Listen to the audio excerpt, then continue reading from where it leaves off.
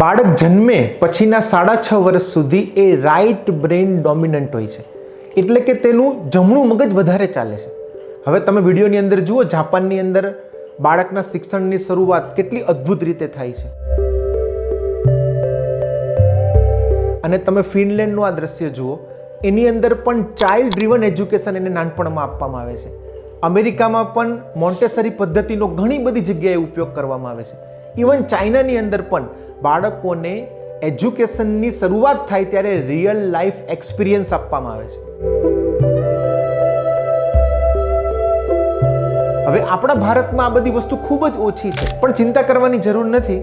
તમે તમારા ઘરમાં કે તમારી ઘરની આસપાસ જેટલી પણ દૈનિક એક્ટિવિટી ચાલે છે એમાં ઉંમર પ્રમાણે જેટલું પણ અનુકૂળ હોય તમારા બાળકને જોડો, એને રિયલ લાઈફ એક્સપિરિયન્સ આપો.